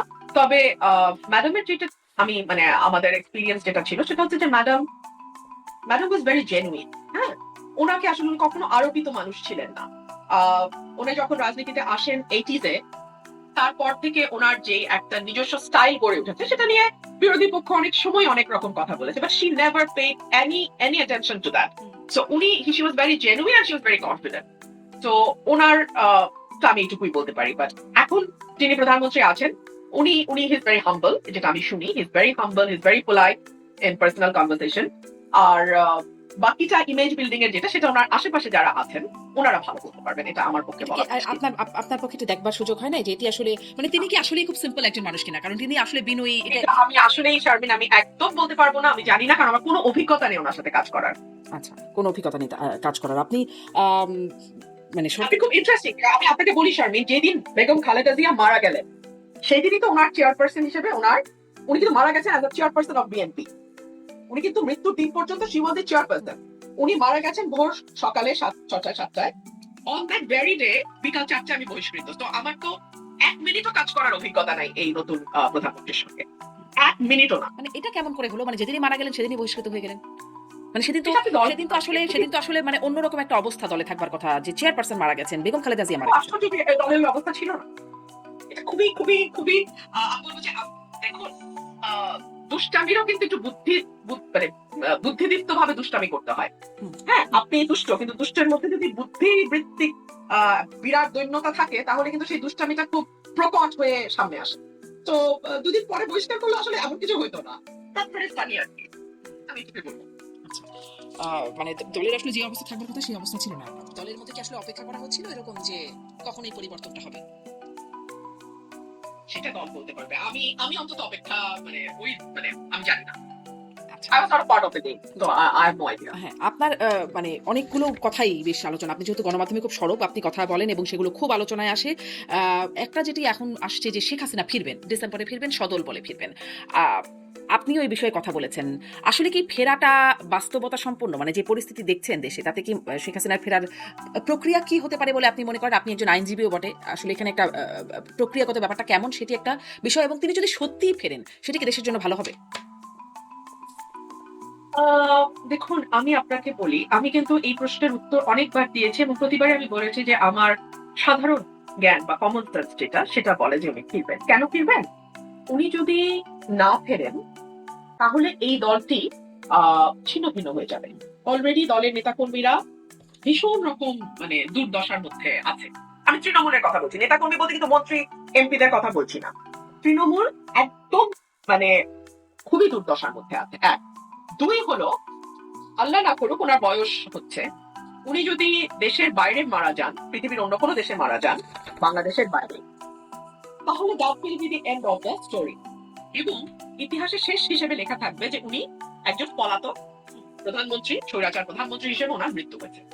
এই বাস্তবতাটা উনি মানবেন কিনা, এই চয়েসটা ওনাকে নিতে হবে। স্পষ্ট তার জন্য, তার দলের জন্য তার ফেরাটা জরুরি, কিন্তু ফেরাটা বাস্তবতা সম্পন্ন কিনা? এখন রাজনীতিতে না আপনাকে কেউ জায়গা করে দেবে না। রাজনীতিতে সুসময় আসবে তবে আমি ফিরবো, এটা বোধহয় কাজ করে না। সুসময়টা বা রাস্তাটা আপনাকেই তৈরি করতে হবে, এটাই হচ্ছে বাস্তব। হ্যাঁ, তো আমার মনে হয় যে সেই জায়গা থেকে আমার যতদূর মনে হয় যে এটা আমি আপনি যতটা না বুঝবো, তার চেয়ে যিনি দলের প্রধান শেখ হাসিনা এবং যার রাজনৈতিক অভিজ্ঞতা আপনার আমার চেয়ে কয়েক গুণ বেশি, রাষ্ট্র পরিচালনার অভিজ্ঞতা, বিরোধী দলে থাকার অভিজ্ঞতা, সরকারি দলনা বিরোধী দলনা মাঠের বিরোধী দল হিসেবে অভিজ্ঞতা, সবকিছুই আমাদের চেয়ে অনেক বেশি। তো এই ক্যালকুলেশন যেটা আপনার আমার আছে তার চেয়ে বেটার ক্যালকুলেশন নিশ্চয়ই তার কাছেও আছে। এবং আরেকটা যেটা ব্যাপার যে এই দেশটার পেছনে ওনার ফ্যামিলির যে একটা বিরাট ত্যাগ, 15 অগস্টের কথা আমি বলছি, এবং বাংলাদেশের অভ্যুদয়ের পেছনে তাদের দলের এবং তার তার পরিবারে তার পিতার যে অবদান, সেগুলোকে যদি ধরে রাখতে হয় তাহলেও কিন্তু ওনাকে ফিরতে হবে। আর ফেরাটা শেখ হাসিনার জন্য যতটা প্রয়োজন, মানে এই সকল কিছু বিবেচনায় ওনার মন্ত্রী এমপি তাদের জন্য কিন্তু এটা অত প্রয়োজন না। মন্ত্রী আসবে, মন্ত্রী যাবে, কিন্তু শেখ হাসিনার জন্য তার পরিবারের সম্মান, তার দলের অস্তিত্ব, তার নিজের ত্যাগ, তার নিজের সংগ্রাম, তার নিজের দলে থাকা মানে সরকারে থাকা, বিরোধী দলে থাকা, সকল কিছু, তার 46 ইয়ার্স এর যে হিস্ট্রি, তার নিজের সকল কিছুর বিবেচনায় কোনো কেউ যদি নাও আসে, শেখ হাসিনার সম্ভবত আমার যেটা হিসাব যে উনি হয়তো আসবেন। কিন্তু আসার কোনো প্রক্রিয়া, মানে সেটা আমি আমার অনুষ্ঠানে আওয়ামী লীগের অনেক নেতারাও কথা বলেন, আমি তাদেরকে জিজ্ঞাসা করেছি, তারাও আসলে বলতে পারেন না যে কিভাবে। জিজ্ঞাসা করলে কখনো কখনো বলেন টাইম উইলসে। কোনো প্রক্রিয়া আসলে বোঝা যাচ্ছে না। না না, এটা না বোঝার কি আছে তাও আমি বুঝতে পারছি না। বাংলাদেশ সরকার তো ব্যাকুল, তারা ভারতেও যাবে না যদি না শেখ হাসিনাকে বাংলাদেশে আনা হয়। তার মানে ভারত তার মানে পথ চেয়ে আছে, বাংলাদেশ সরকার রীতিমতো পথ চেয়ে আছে যে কবে শেখ হাসিনা আসবেন। তো আর শেখ হাসিনাও বলছেন যে তিনি বাংলাদেশে ফিরবার জন্য ব্যাকুল হয়ে আছেন। তো দুই তরফই তো ব্যাকুল, তাহলে অসুবিধা কি? আরেকটা খুব উদ্ভট কথা বলেছেন তিনি, ডাক্তার সাহেব মাননীয় প্রধানমন্ত্রী উপদেষ্টা, তিনি বলেছেন যে তারা চায় ধরে নিয়ে আসতে, বেঁধে নিয়ে আসতে, কিন্তু শেখ হাসিনা এখন বলছে তিনি নিজেই ফিরতে চান, আত্মসমর্পণ করতে চান। মানে হয়তো এটি তাদের পছন্দ হচ্ছে না যে তিনি আত্মসমর্পণ করতে আসবেন, তারা ধরে বেঁধে নিয়ে আসতে চায়। এবং এখন এই জন্যই হয়তো ভারতকে বারবার অনুরোধ করছে কিনা সেটারও বিশ্লেষণ আপনি হয়তো বলবেন, যে তাকে ফিরিয়ে দেবার জন্য যে বারবার অনুরোধটা করছে, আহ্বানটা জানাচ্ছে, মানে এটি কি একটা বিশ্লেষণ কিনা? ওনার বাংলাদেশে তাকে বাংলাদেশে এনে বিচারের মুখোমুখি দাঁড় করানোটা কি সরকারের উদ্দেশ্য, নাকি বিষয়টাকে নিয়ে খেলাধুলা করা সরকারের উদ্দেশ্য? যদি খেলাধুলা হয় তাহলে না উনি আসলে কিন্তু হবে না, ভারতকে নিয়ে আসতে হবে, বেঁধে নিয়ে আসতে হবে, প্লেনে দাঁড় করিয়ে নিয়ে আসতে হবে, ফার্স্ট ক্লাসে আনলে হবে না, ইকোনমি ক্লাসে আনতে হবে, ইকোনমিক ক্লাসে আনলে হবে না, প্লেনের লেজে বসিয়ে আনতে হবে, মানে ইত্যাদি ইত্যাদি নাটক করাই যায়। মানে এখন আপনার উদ্দেশ্য নাটক করা হলে তো আমি সারা দিন নাটক করবো। যেমন ধরেন আমি একটা টক শোতে বলেছিলাম যে 5 জন ভালো সংস্কৃতি কর্মীর নাম বলেন যারা বিএনপি করে, 5 জন ভালো গায়কের নাম বলেন, রবীন্দ্রসঙ্গীত শিল্পীর নাম বলেন যারা বিএনপি করে, 5 জন ভালো নজরুল সঙ্গীত গায়ক বিএনপি করে নাম বলেন, 5 জন ভালো নৃত্য শিল্পীর নাম বলেন, 5 জন ভালো অভিনেতার নাম বলেন, 5 জন ভালো কবির নাম বলেন, 5 জন ভালো লেখকের নাম বলেন, 5 জন ভালো সাংবাদিকের নাম বলেন। অর্থাৎ বুদ্ধিবৃত্তিক কাজের সঙ্গে এবং মননশীল সৃজনশীল কাজের সঙ্গে যুক্ত বা 5 জন আর্টিস্টের নাম বলেন। ফার্স্টে আপনি পারবেন না ভাই, আপনি বিস্তার পর বিস্তার রিসার্চ করতে পারেন, আপনি পাবেন না। সে কারণে বিএনপির বুদ্ধিবৃত্তিক যে দৈন্যতা, তার ফলে বিএনপির কর্মীরা দেখে অনেকে বলে আমি শেখ হাসিনাকে কি জানি কি ফিরায় আনবার চেষ্টা করি। তারপরে আমি করতে গেছি, আমি কি পুলিশ, আমি কি মন্ত্রী, আমি কি স্বরাষ্ট্র মন্ত্রণালয়ের দায়িত্বে, আমি কি আইন মন্ত্রণালয়ের দায়িত্বে, আমি কি প্রধানমন্ত্রী, আমি কি করে শেখ হাসিনাকে ফিরে আনবো? আমি আইনজীবী বটতলার উকিল হিসেবে আমি যেটুকু বুঝি আমি ওইটুকু বলি, রাজনীতি একজন কর্মী হিসেবে আমি যেটুকু বুঝি আমি ওইটুকু বলি, নাকি ওইটুকু তোমাদের মন মতো না হলে বলাও যাবে না, তাই না? তো এই যে ইডিয়টিক কথাবার্তা বিএনপি বলে, আমার মনে হয় যে বিএনপির কিন্তু আমার মনে হয় যে মানে এরকম বোকার মতো কথা বলার চেয়ে চুপ থাকাটা বেটার। মুখ বাঁধা ছালার দাম কিন্তু লাখ টাকা। যতক্ষণ পর্যন্ত না তোমার স্টুপিডিটিটা একেবারে দৃশ্যমান হয়ে যাচ্ছে ততক্ষণ পর্যন্ত তুমি বরং বেটার ইউ কিপ কোয়াইট। আমি এটাই বলবো, মানে আমি ফিরায় আনতে চাই। আচ্ছা, how funny, who am I to bring her back end how is that possible? I'm not in charge of home. I'm not in charge of law. I'm not in charge of government. So even if I want to, how can I? আচ্ছা, এটাই বলা হচ্ছে হ্যাঁ যে আপনি ফিরে আনার চেষ্টা করছেন, কিন্তু তিনি যদি ফিরে আসেন বলে আপনার যে ধারণা, তিনি ফিরে আসলে আসলে কি পরিস্থিতি ভালো হবে নাকি সেটি আরো মানে খারাপ কিছু? শুনে ভাই, এই সরকার যে 3টা অগ্রাধিকার বললেন, গ্যাস, বিদ্যুৎ, জ্বালানি, দ্রব্যমূল্য, আইন শৃঙ্খলা, 3টাতে অষ্টডিম্ব প্রসব করছে। এর উপরে যদি শেখ হাসিনা বাংলাদেশে আসে, এইটা আমি এই বছরের শুরুতে বলছিলাম, সবচেয়ে বড় বেকায়দায় পড়বে এই সরকার। না পারবে তাকে ফাঁসি দিতে, ফাঁসি না দিলে অন্য যে রাজনৈতিক দলগুলো আছে তাদের কেউ কেউ এমন অবস্থা তৈরি করবে যে দেশে একটা অচল অবস্থা তৈরি হবে। না পারবে তাকে মানে কারাগারে নিতে, কারণ শেখ হাসিনা বাংলাদেশে পাড়া দেওয়া মাত্রই নেতা কর্মীদের মধ্যে যে একটা উদ্দীপনা তৈরি হবে, সেই উদ্দীপনা সামাল দেওয়ার মতো শক্তি সরকারের আছে কিনা সেটাও একটা প্রশ্ন। এই প্রসঙ্গে আপনাকে আরেকটা কথা আমি মনে করিয়ে দিই, তখনও কিন্তু নমিনেশন হয় নাই। ওই যে বলে নমিনেশন না পেয়ে বলতেছি, তখনও কিন্তু নমিনেশন হয় নাই, নমিনেশনের আলাপও হয় না। এটা সম্ভবত 25 সালের এপ্রিল মের কথা, 2025 সালের এপ্রিল মের কথা। আমাদের একটা প্রোগ্রাম ছিল আলোচনা, ওখানে মির্জা ফখরুল ইসলাম আলমগীর সাহেবের মেয়ে উপস্থিত ছিলেন, মেয়ের জামাইও উপস্থিত ছিলেন। একটা মানে ইন্টালেকচুয়াল ফোরাম আলোচনা, মানে অডিয়েন্সের সামনে। সেখানে আমি বলেছিলাম যে বিরোধী দল হিসেবে আওয়ামী লীগকে সামলানো নেক্সট টু ইম্পসিবল কাজ। আওয়ামী লীগকে সবসময় বলাই হয় যে তারা বিরোধী দলে থাকবার জন্যই তাদের জন্ম, মানে তারা বিরোধী দল হিসেবে তাদের পারফরমেন্স এরকম। সেটা তারা দীর্ঘ পাকিস্তান আমলে বিরোধী দলে তারা তাদের ভূমিকা পালন করেছেন দীর্ঘ, মানে সেই চিন্তা করে দেখেন সেই 47 থেকে আরম্ভ করে 71 পর্যন্ত বিরোধী দল, তারপরেও বাংলাদেশ স্বাধীন হওয়ার পরে বিরোধী দল অনেক সময়, অনেকগুলো বছর। বিরোধী দলে আওয়ামী লীগ হচ্ছে একটা আতঙ্কের নাম।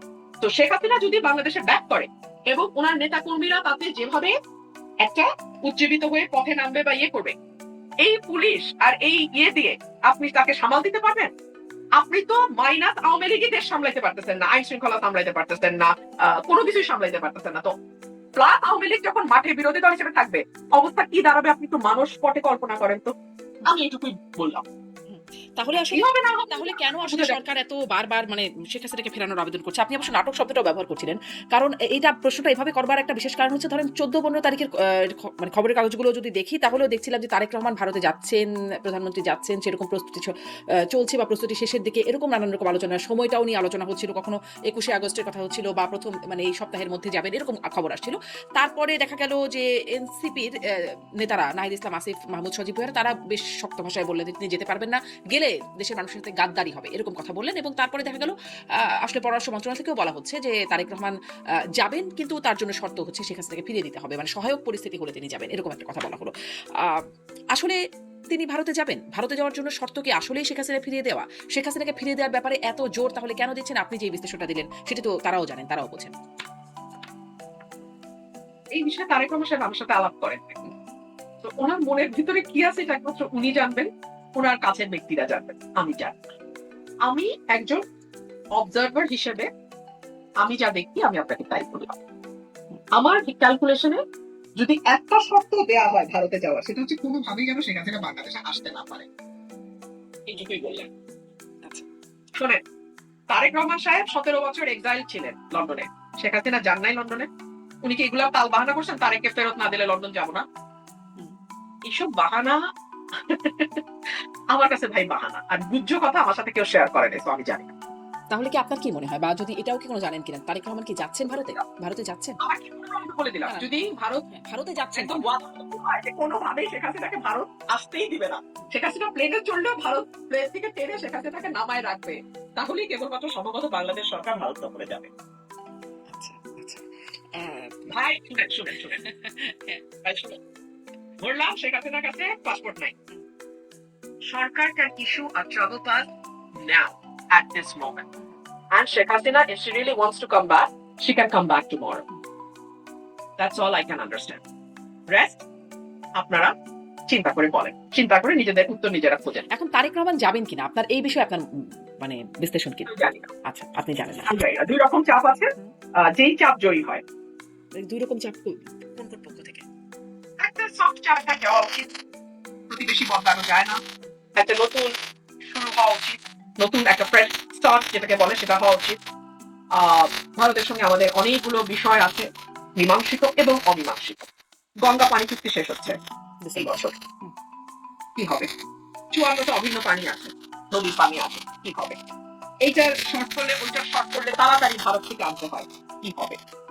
ভিসা বন্ধ থাকলে আমাদের দেশের মানুষ, আমাদের সাধারণ মানুষ যারা চিকিৎসার জন্য একটু কম খরচে বেটার ট্রিটমেন্টে যেতে চায় তারা পড়ে যায় বিপদে। তো ইত্যাদি ইত্যাদি অনেক বিষয় আছে।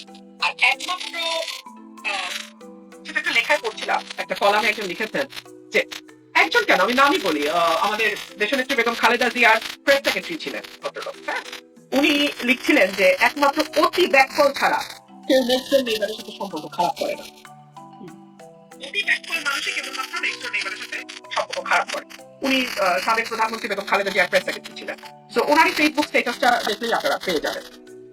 আচ্ছা। তো এখন এইটা একটা চাপ আছে, হ্যাঁ, কিন্তু আরেকটা চাপ আছে যে আপনি জানেন বাংলাদেশে এখন রাইট স্পোর্টস এর একটা উত্থান, শক্ত উত্থান। পাকিস্তানের সঙ্গে আমাদের নতুন করে একটা এক ধরনের সম্পর্ক তৈরি হওয়া, তুরস্কের সাথে একরকম নতুন সম্পর্ক, আরেকটু দৃঢ় সম্পর্ক বিল্ড আপ করা, ৭৭টা আসন নিয়ে জামাতের পার্লামেন্টে থাকা, এই সব কিছুর তো একটা ইনফ্লুয়েন্স আছে। এবং দিল্লি না ঢাকা, দিল্লি না ঢাকা, এই স্লোগানটা আমরা কিছুদিন আগে পর্যন্ত খুব খুব জোরে জোরে শুনতে দেখেছি। কিন্তু এই স্লোগানের মাঝখানে যখন আবার ভিসা ওপেন হলো, দেখা গেল এক রাতে ১.৫ লক্ষ আবেদন জমা করে গেল, লাইন জট হয়ে গেল, সার্ভার ডাউন হয়ে গেল, ইত্যাদি ইত্যাদি। তো এই আর কি। তো দুই রকম চাপই আছে, দেখা যাক। আচ্ছা, একটু আরো ছোট ছোট করে দু একটা ইস্যু কথা বলে ফেলি। যে আগস্ট মাস যাচ্ছে, 21শে আগস্ট গেল। 21শে আগস্টের সেই বোমা হামলার মামলায় যারা আসামি ছিলেন সবাই বেকসুর খালাস পেলেন। মানে 24 জন মানুষ মারা গেছেন সেই বোমা হামলার ঘটনায়, কিন্তু কেউ সেই ঘটনায় দায়ী না। আচ্ছা, যারা খালাস পেলেন ঠিক আছে, তারা দায়ী না, কিন্তু কারা দায়ী সেই বিষয়ে কোনো তদন্তও হলো না। ওই সময় যেটা হয়েছিল, বিএনপি সরকারের সময় জজ মিয়া একটা নাটক হয়েছিল, সেটি পরবর্তীতে আসলে বিএনপিও বলেছে যে এটি আসলে কিভাবে কিভাবে হয়েছিল, নানান রকম ব্যাখ্যা ছিল। কিন্তু এখনকার যেটা দেখা গেল যে 24 জন মানুষ মারা গেল একটা বোমা হামলায় মারা গেল যখন বিএনপি সরকার ক্ষমতা ছিল, কেউ এটার জন্য দায়ী না। এটি আসলে কেমন হলো? শারমিন, একটা চমৎকার সিনেমা ছিল নো ওয়ান কিলড জেসিকা, আমি জানি না আপনি দেখেছেন কিনা। জেসিকা নামের একটা মেয়ে খুন হয় এবং আসামি পাওয়া যাচ্ছে না, তো নো ওয়ান কিলড জেসিকা। দেখুন, এটা 21 আগস্ট হত্যাকাণ্ডটি, এটি বাংলাদেশের রাজনীতির মোড় পরিবর্তন করা একটা ঘটনা আমি বলবো। 21শে আগস্ট যদি বাংলাদেশে না ঘটতো, আমি জানি না বাংলাদেশের রাজনীতি যেটা 91-তে শুরু হয়েছিল, একটা মোটা দাগের গণতন্ত্রের রাজনীতি, যে 5 বছর এই দল ভোটে থাকবে, তারপরে বিরোধী দলে যাবে, আবার ভোটে আসবে, আবার যাবে, এই ধারাটা চালু থাকতো কিনা এই প্রশ্ন থাকে। বিকজ 21শে আগস্ট আওয়ামী লীগের মধ্যে এমন একটা ভীতি তৈরি করেছিল বলে আমার ধারণা, আবারও বলছে আমার ধারণা, যে বিরোধী দলে গেলে তো নির্বংশ হবার সম্ভাবনা তৈরি হয় এই দেশে। সো কোনোভাবেই বিরোধী দলে যাওয়া যাবে না, সেটা আপনি তত্ত্বাবধায়ক বাতিল করে হোক, সেটা আপনি ব্যালট বাক্স ছিনতাই করে হোক, সেটা আপনি জাল ভোট দিয়ে হোক, whatever be the case, I cannot be in the opposition. কারণ অপোজিশনে গেলে নির্বংশ হয়ে যেতে হবে। সো 21শে অগস্ট এটা এটা আসলে না, এই মুহূর্তে যখন আমি বলবো একদল আমাকে মাথায় তুলে নাচবে, আরেক দল আমাকে কুৎসিত ভাষায় গালাগালি করবে, দুটার কোনোটারই কিন্তু লজিক নাই। কিন্তু আমি আমার ধারণাটা বলছি, এক সময় না এক সময়, মানে যখন আজ থেকে 100 বছর পরে যখন এই সময়ে নিয়ে লেখা হবে, যাদের কোনো স্বার্থ থাকবে না এই সময়টাকে বিশ্লেষণ করতে, যারা কোনো দিকে টান থেকে লিখবেন না, কেবলমাত্র ইতিহাসের খাতিরে ইতিহাসকে দেখবেন, তারা হয়তো 21শে আগস্টের যে ইম্প্যাক্ট, যেটা বাংলাদেশের রাজনীতিতে যে ভীষণ বড় একটা ইম্প্যাক্ট 21শে আগস্ট অগোচরে রেখে গেছে, সেটার উপরে লিখবে। বাংলাদেশের গণতন্ত্র, বাংলাদেশের আইনের শাসন, বাংলাদেশের বিচার ব্যবস্থা, বাংলাদেশের সকল কিছুকে দলীয়করণ, বাংলাদেশে গুম বিচার বহির্ভূত হত্যাকে রাষ্ট্রীয়ভাবে মদত দেওয়া, এই সকল কিছুর পেছনে এই 21শে August back of the mind, maybe that word, একটা একটা একটা সময় হয়তো এই বিষয়গুলো নিয়ে অনুসন্ধান হবে, গবেষণা হবে এবং লেখা হবে। তো তার আগ পর্যন্ত আমি আপনাকে এইটুকুই বলি, কোনো অন্যায়, nothing goes unpunished and unchallenged. 21শে আগস্ট আজকে আপনি হাত ধুয়ে ফেলছেন, no one kill Jessica, no one contributed on 21st August incident, fine, খুব ভালো। But কে জানে এটা সামনে আর 5 বছর আর 7 বছর পরে আরো ভয়ঙ্কর 21শে আগস্ট হবার পথ তৈরি করে দিচ্ছে কিনা। আমি শুধু এটুকুই বলবো, কোনো অন্যায়কে আপনি মাটি চাপা দিয়ে রাখলে সেখান থেকে এর চেয়েও ভয়াবহ অন্যায়ের জন্ম হয়। এটা ল অফ নেচার। তখন যেমন এই ঘটনায় জঙ্গি সংশ্লিষ্টতার কথা বলা হচ্ছিল, মানে অনেকদিন আওয়ামী লীগ সরকারের সময় হোলি আর্টিস একটা বিশাল বড় ঘটনা, তারপরে বেশ নানান রকম কোথাও নাটক, কোথাও জঙ্গি তৎপরতা দমন, নানান রকম কিছু করে জঙ্গি তৎপরতা একরকম দমনের মধ্যে থাকলো। তারপরে এখন আবার খুব দেখা যাচ্ছে খুব বোমা আতঙ্ক ইদানিং, এবং জাতিসংঘও বলছে বাংলাদেশে আল কায়দার তৎপরতার কথা উদ্বেগ জানাচ্ছে জাতিসংঘ নিরাপত্তা পরিষদ। মানে আওয়ামী লীগ সরকার একটা বিষয় সেল করতে, তারা না থাকলে দেশে জঙ্গিবাদ মাটিতে মাটি উঠবে বা আন্তর্জাতিক বিষয়টা সেল করতে, তাদের কথাটা কি আসলে বাস্তবতায় প্রমাণ হচ্ছে নাকি আসলে এখানে কোনো ষড়যন্ত্র? এখন বাস্তবতা বা ষড়যন্ত্র যেটাই হোক, এটা শেষ করবার দায়িত্ব তো সরকারের কাছে সমস্ত টুলস এন্ড অ্যাক্টিভিটিস আছে, এটা তো আমার আপনার হাতে নাই, বিরোধী দলের হাতেও নাই। আপনি পুলিশ বলেন, প্রশাসন বলেন, আর্মি বলেন, বিজিবি বলেন, গোয়েন্দা সংস্থা বলেন, সবই তো সরকারের হাতে। এখন সরকার যদি এটাকে শক্ত হাতে ষড়যন্ত্র বা বাস্তব যেটাই হোক দমন করতে না পারে, তাহলে কি প্রমাণ হবে জানেন? প্রমাণ হবে বিএনপি মানেই খাম্বা, বিএনপি মানেই লোডশেডিং, বিএনপি মানেই গ্যাসের অভাব, বিএনপি মানেই চাঁদাবাজি, বিএনপি মানেই আইন শৃঙ্খলা পরিস্থিতির অবনতি, বিএনপি মানেই হচ্ছে জঙ্গিবাদ। তো এটা যদি বিএনপি নিজের ভালো, পাগল নাকি, মানে নিজের ভালোটাকে পাগলও বোঝে, তো বিএনপি যদি না বোঝে, এবং আমরা যারা বলছি আমাদেরকে যদি শত্রু জ্ঞান করে গালাগালি করে এবং বারবার বলে তোমাকে রুমিন পারানা বানাইছে বিএনপি, কি বিপদ, কি বিপদ। মানে নিজের ভালো তো পাগলও বোঝে। আমি শুধু এইটুকুই বলবো, বিএনপি যদি এই জায়গাগুলোতে স্টিয়ারিং এ বসে নিজেদের এই কালিমা মোচন করতে না পারে, যেটা 1 থেকে 6 যে কালিমা ছিল সেটা যে রিপিটেশন আমরা আবার এই 2026-এর পর থেকে দেখতে পাচ্ছি, তাহলে কিন্তু 100 টাকার লাভ, 200 টাকার সার, 300 টাকার মানে গাড়ি বহর, সরকারি গাড়ির তেল নেব না, এগুলো কিন্তু আপনাকে 10% বেতন সরকারি খাজানায় জমা দেওয়া আর খাল খনন, এটা কিন্তু আপনাকে রক্ষা করতে পারবে না। মানুষ কিন্তু অনেক স্মার্ট হয়ে গেছে। আপনি আপনার টিম সহ 2001-এ পড়ে থাকতে পারেন, বাট এটা কিন্তু 2026। তখন কিন্তু মানুষের হাতে সেলফোন ছিল না, তখন কিন্তু যে কেউ রাস্তায় দাঁড়ায় একটা দোকানি কিংবা একটা নিম্ন মধ্যবিত্ত মানুষ যে বাজারে গেছে, কিংবা একজন সিএনজি ড্রাইভারের মতামতটা ঠাস ঠাস করে এরকম নিয়ে ফেসবুকে ছাড়তে পারতো না 2001 সালে, এখন কিন্তু পারে। তো আপনাকে বুঝতে হবে সময় পাল্টে গেছে। আরো একটু এই কথাটা এই জিজ্ঞাসা করি যে সম্প্রতি দেখলাম, মানে বিষয়টা নিউজ ফিডে বেশ আসছে সামাজিক যোগাযোগ মাধ্যমে, বিশেষ করে যে সাবেক শিক্ষামন্ত্রী পররাষ্ট্রমন্ত্রী দীপুমণি, তার স্বামী মারা গেছেন, তিনিও একজন ব্যারিস্টার আইনজীবী, তিনি মারা গেছেন, তাকে প্যারোলে মুক্তি দেওয়া হয়েছে, মুক্তি থেকে মানে সেখান থেকে তিনি আবার জেলখানায় গিয়ে ঢুকেছেন। দীপুমণি না, শুধু আরো মানে আওয়ামী লীগের যারা মন্ত্রী ছিলেন বা তারা ছিলেন, তাদের আসলে সবারই কম বেশি এই অবস্থার মধ্যে দিয়ে যাচ্ছে। যখন বিএনপি যখন বিরোধী দলে ছিল, আওয়ামী লীগ যখন ক্ষমতায় ছিল, বিএনপি নেতাকর্মীরাও এরকম নানান রকম তারা এরকম মিথ্যা মামলা, ভুয়া মামলা, হয়রানিমূলক মামলা শিকার হয়েছে এবং হয়রানিও হয়েছে, অবিচার হয়েছে। তো এখন কি সুবিচার হচ্ছে? আমি তো বলি old wine in new bottle, nothing has change, কিচ্ছু বদলায় নাই, কিচ্ছু বদলায় নাই। সেই এজাহারে হ্যাঁ ভিকটিম বদলেছে, ভিকটিম বদলেছে, হ্যাঁ ভিকটিম বদলেছে। এখন আমার ভয়টা কি, and eye for an eye will make the entire society blind. এবং এই যে এখন হচ্ছে আওয়ামী লীগ আমার হুঙ্কার দিচ্ছে এসে একটা একটা করে দেখে নিব। হ্যাঁ, তারা নিজেরাই বলে ফেসবুকে, আপনি খুলেন কমেন্ট গুলো দেখেন যে আমাদের বাড়ি পুড়িয়েছে, পাড়া সহ জ্বালিয়ে দেবো, গ্রাম সহ জ্বালিয়ে দেবো। তো এই জল এই অগ্নিকুণ্ডেই আমরা থাকবো। আর আপনারা যারা কোনো মতে বিদেশে চলে যেতে পারছেন, আপনারা জীবনটা নিয়ে বেঁচে গেছেন। আর আমরা যারা বাংলাদেশে জন্মাইছি এবং বাংলাদেশে আসি, আমরা এই আগুনে পুড়েই মরবো। এইটুকুই আমি বলবো, আর কি বলবো বলেন, আমার আর এর বেশি কিছু বলেন নাই। একটা নতুন আশা, একটা নতুন স্বপ্ন, সেই স্বপ্ন 100 টাকার লাঞ্চ আর 200 টাকার শার্টে আটকে গেল। এই স্বপ্নটা তো দেখি নাই রে ভাই। আমরা তো আরো বড় স্কেলে স্বপ্নটা দেখছিলাম, আরো বিস্তৃত পরিসরে একটা বেটার বাংলাদেশের স্বপ্ন দেখছিলাম। নসিব খারাপ, এই বলি। নসিব খারাপ। আপনার আচ্ছা, এই প্রশ্নটা একটু করি, যেহেতু মানে একই আপনি বলছেন old wine in new bottle, আপনি আইনজীবী, আপনার কাছে কি নারা কেউ আসেন যারা আসলে এখন অবিচারের শিকার আসেন, বা আপনি তাদেরকে কোনো রকম ভাবে আইনি সহায়তা দিবেন যদি তারা আসে? না, ইন্টারেস্টিংলি আমার কাছে কিন্তু কোনো পলিটিক্যাল মামলা এখন পর্যন্ত আসে নাই। কোনো পলিটিক্যাল মামলা এখন পর্যন্ত আসে নাই। আমার যেটা আরো ইন্টারেস্টিং স্বামী, আমার নেতা কর্মী যারা মানে হাসের ইলেকশন যারা করছে, রবিন ফারহানার ইন্ডিপেন্ডেন্ট ক্যান্ডিডেটের ইলেকশন যারা করছে, তাদেরকে হরে ধরে মামলা দেওয়া হচ্ছে, হরে ধরে মামলা দেওয়া হচ্ছে। সেগুলোর জামিন করতে করতেই আমার অর্ধেক দিন পার হয়। কিন্তু ওই আগের সরকারের কারণে ওদের কোনো মামলা হয়নি। যদি আসে আপনি দেবেন? আমি দল হিসেবে তো মামলা দেখবো না, আমি দেখবো যে মামলায় সাবস্ট্যান্সটা কি। মামলার এখন ধরুন মানে একজন প্রফেসরের বিরুদ্ধে হত্যা মামলা হয়, ইউ আন্ডারস্ট্যান্ড, মানে এটা সাবস্ট্যান্স কি দাঁড়ায়, তাই না? প্রফেসর, খেলোয়াড়, সঙ্গীত শিল্পী সবার বিরুদ্ধেই হতে পারে। হ্যাঁ, আমি just একটা এক্সাম্পল দিচ্ছি আর কি। হ্যাঁ, তো আসে এবং প্রথমে তো প্রাথমিকভাবে যেটা আসে সেটা হচ্ছে জামিনের আবেদন। জামিন কিন্তু খালাস না, জামিন হচ্ছে একটা ইন্টারিম রিলিফ। মামলা চলমান থাকবে, যদি সাজা হয় আপনি কারাগারে যাবেন। এবং মানে জামিনটা কিন্তু একটা অধিকার, জামিনটা আদালতের একটা ডিসক্রিপশন। এখন আমার কাছে কোনটা ভয় লাগে জানেন? আমাদের আদালতগুলোর উপর সরকার তাদের পিপি, এপিপি, ডিএজি, এজি দিয়ে নজর রাখে যে কোন কোর্ট জামিন দিচ্ছে, বেশি রিলিফ কোন কোর্ট দিচ্ছে, সেই কোর্টের পাওয়ার চেঞ্জ করে দেওয়া হয়। সেই কোর্টে অ্যাটর্নি জেনারেল এসে ওপেনলি ধমকায় দিয়ে যায়। ধমকায় মানে এই আপনি বেল দিচ্ছেন কেন, এরকম তো না। ধমকানোটা হয় ঘুরিয়ে ধমকানো। এগুলো আমার নিজের চোখের সামনে আমি করতে দেখি আজকাল। এগুলো আমি আমার 25 বছরের প্র্যাকটিসে দেখি নাই সাথে। জজ সাহেবরা এখন ভয় থাকেন, আমি উচ্চ আদালতের কথা বলছি, ওনারা এখন ভয় থাকেন জামিন দেবেন কি দেবেন না। আমি ইন্টারিম রিলিফের কথা বলছি। আগে তো খালাস হতো বা কনভিক্টেড হতো রাজনৈতিক পরিচয় দেখে। হ্যাঁ, বড় নেতা হইলে কনভিক্টেড, মিথ্যা মামলায় সাজা দিত। কিন্তু এখন তো জামিনটা পর্যন্ত ডিসাইডেড হয়ে এজি, ডিএজি, এজি এদের চোখের ইশারায়।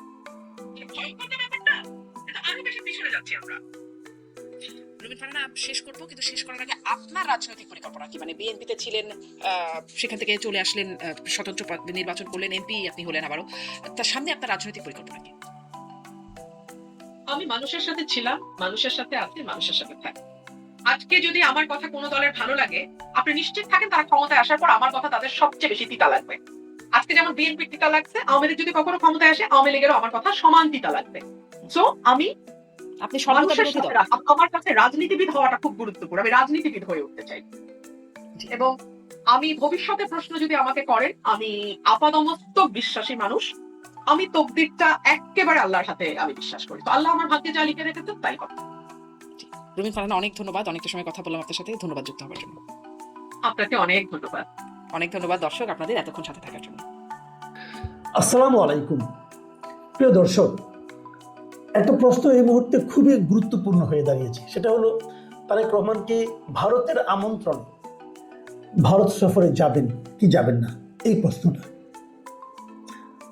এর মধ্যে অনেকে বলছেন এটা তো সুরাহা হয়ে গেছে, কারণ বাংলাদেশের পররাষ্ট্র মন্ত্রণালয় যে সমস্ত শর্তের কথা উল্লেখ করেছে, যেমন সাবেক প্রধানমন্ত্রী শেখ হাসিনাকে ফেরত পাঠানো, ওসমান হাদির সন্দেহভাজন যারা খুনি ছিল তাদেরকে ফেরত পাঠানো, এবং অন্যান্য যারা ভারতে আছে বাংলাদেশের বন্দী তাদেরকে ফেরত পাঠানো। ভারতের সঙ্গে আমাদের বন্দী প্রত্যর্পণ চুক্তি আছে, মানে আমরা উভয় দেশের বন্দীদেরকে আমরা কি প্রক্রিয়ায় ফেরত পাঠাতে পারি তা নিয়ে একটা চুক্তি বাংলাদেশের সঙ্গে ভারতের অলরেডি আছে। সেই চুক্তির আলোকেই ফেরত পাঠাতে হলে অন্য কোনোভাবে পাঠানো যাবে না। তো সেইগুলো ফেরত পাঠানোর কথা বলা হচ্ছে। বাংলাদেশ জানিয়েছে যে তারা বিব্রত কোথায়, যে ভারতে বসে বাংলাদেশের সাবেক প্রধানমন্ত্রী শেখ হাসিনা তিনি প্রেস কনফারেন্সে অংশ নিচ্ছেন, এবং এই অংশ নেওয়ার মাধ্যমে ওখানে বসে তিনি বাংলাদেশের বর্তমান সরকারের বিরুদ্ধে নানা ধরনের কথা বলছেন। এই বিষয়গুলো বাংলাদেশের জন্য বিব্রতকর, এবং এই ধরনের বিব্রতকর পরিস্থিতি বজায় রেখে টিকিয়ে রেখে তারপর সেখানে কিন্তু আমাদের প্রধানমন্ত্রীর পক্ষে সেই দেশ সফর করা সহজ নয়, সম্ভব নয়। এই ধরনের কথা বাংলাদেশের পররাষ্ট্র মন্ত্রণালয়ের পক্ষ থেকে দুদিন আগে স্পষ্টভাবে জানিয়ে দেওয়া হয়েছে। এখন এই জানার প্রেক্ষিতে ভারতের রিয়াকশনটা কি? গতকালকে আমরা দেখেছি ভারতের একাধিক পত্রিকায় এই বিষয়টা নিয়ে লেখা হয়েছে, এবং তারা বলেছে যে বাংলাদেশের পক্ষ থেকে এমনভাবে নানা ধরনের শর্ত দেওয়া হয়েছে যা তাৎক্ষণিকভাবে মেনে নেওয়া ভারতের পক্ষে কার্যত অসম্ভব। এবং তারা যে টাইমস অফ ইন্ডিয়া তারা একটা রিপোর্ট করেছে, যেখানে তারা শিরোনাম করেছে যে Bangladesh set tough riders for PM Tarique Rahman's visit to India. তো এর মানে হলো যে সহজ বাংলা যদি আমি বলি, যে প্রধানমন্ত্রী তারেক রহমানের ভারত সফরের জন্য কঠিন শর্ত দিয়েছে বাংলাদেশ। আর ইন্ডিয়ান এক্সপ্রেস তারা যে শিরোনামটা করেছে সেখানে বলা হয়েছে send Hasina back, Bangladesh red line for PM Rahman's visit. মানে শেখ হাসিনাকে ফেরত পাঠাও, প্রধানমন্ত্রী তারেক রহমানের জন্য সফরের জন্য বাংলাদেশের চূড়ান্ত সীমারেখা। মানে শেখ হাসিনাকে ফেরত না পাঠালে তারেক রহমান ভারতে যাবেন না। প্রশ্ন হচ্ছে যে তারেক রহমান ভারতে যাবেন কেন? এই প্রশ্নটা কিন্তু আছে, আমি প্রশ্নটা একটু পরে আলোচনা করবো, কিন্তু আমি ওই পত্রিকাগুলোর ভেতরের খবরটা একটু ডিটেলে একটা বিষয় অন্তর্ভুক্ত বলি। টাইমস অফ ইন্ডিয়া যে প্রতিবেদনটা করেছে সেখানে তারা দাবি করেছে যে বাংলাদেশের ভেতরে যা কট্টরপন্থী যে গোষ্ঠীটা আছে, মানে তারা জামাত ইসলাম এবং তার মিত্র NCPর কথা বলেছে আর কি, যে তাদের ক্রমবর্ধমান চাপের কারণে ঢাকা থেকে নয়াদিল্লিকে এমন কঠিন শর্ত দেওয়া হয়েছে। তার মানে যে শর্তটা দেওয়া হয়েছে যে তারেক রহমান কখন যাবেন, কিভাবে যাবেন, কি করলে যাবেন, সেই শর্তগুলো এই পত্রিকার যারা বিশ্লেষক তাদের মতে এই শর্তগুলো মূলত জামাত ইসলাম এবং NCPর চাপের কারণে সরকার দিয়েছে। এখানে কিন্তু বিএনপির কথা বলা হয়নি। এবং আমি আরো লক্ষ্য করেছি ভারতেরও আরো কয়েকটা মিডিয়াতে ভারতের একজন বিশেষ মানে আপনার কূটনীতিক বিশেষজ্ঞ তিনি একটা কথা বলেছেন। সেই কথাটা হলো, উনি বলেছেন যে এইবার যদি তারেক রহমান ভারতে না যায় তাহলে হয়তো একটা বিরাট সুযোগ দুই দেশে হারাবে, এবং তিনি বলেছেন যে এর মাধ্যমে দুই দেশের যোগাযোগের পথও বন্ধ হয়ে যেতে পারে।